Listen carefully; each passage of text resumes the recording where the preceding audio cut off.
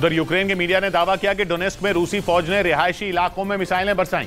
Ukraine ने आरोप लगाया कि रूस के मिसाइल हमलों में एक आदमी की मौत हो गई जबकि कई लोग घायल हो गए।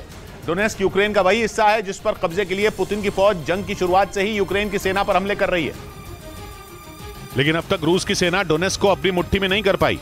यूक्रेन ने आरोप लगाया कि पुतिन की फौज ने अब रिहायशी इलाकों में हमले पहले से और ज्यादा तेज कर दिए ताकि लोगों में खौफ पैदा किया जा सके।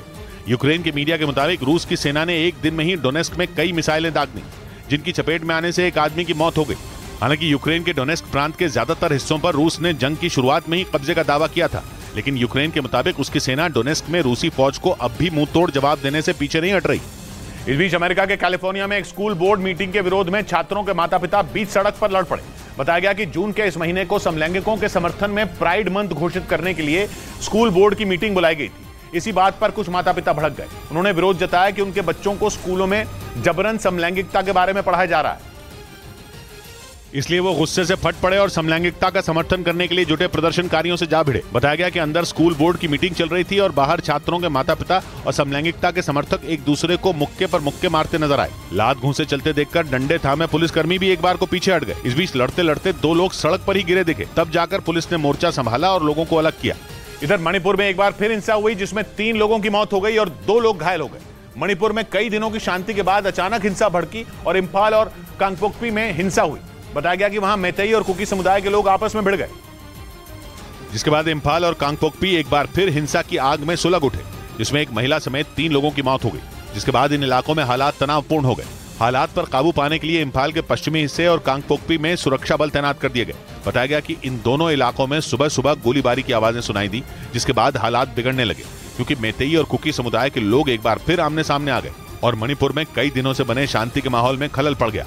इस बीच महाराष्ट्र के उप मुख्यमंत्री देवेंद्र फडणवीस के औरंगजेब के मुद्दे पर दिए बयान पर बवाल हो गया और ओवैसी ने फडणवीस पर पलटवार किया।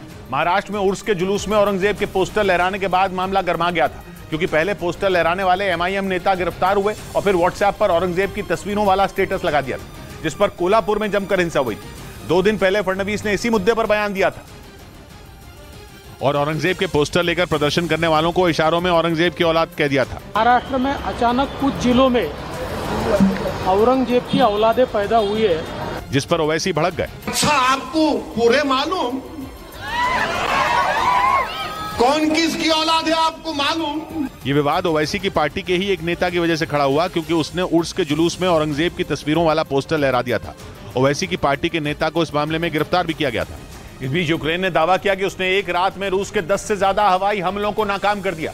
यूक्रेन की सेना के मुताबिक रूस ने इन हमलों में बड़े पैमाने पर ईरान के शाहिद 136 ड्रोन का इस्तेमाल किया था, लेकिन वो यूक्रेन के एयर डिफेंस सिस्टमों के आगे नहीं टिक पाए। यूक्रेन के मुताबिक रूस ने उसके मिलिट्री अड्डों पर शाहिद 136 ड्रोन और क्रूज मिसाइलों से हमला किया। और यूक्रेन का ये दावा है कि इस हमले में रूस को करीब 10 से ज्यादा शाहिद 136 ड्रोन का नुकसान उठाना पड़ा। दावा तो ये भी है कि इन हमलों में यूक्रेन ने रूस की 4 क्रूज मिसाइलों को भी ढेर कर दिया। यूक्रेन का आरोप है कि रूस ने रात के वक्त उसके सैन्य ठिकानों पर हमले की साजिश रची, जिसे उसकी वायुसेना ने नाकाम कर दिया।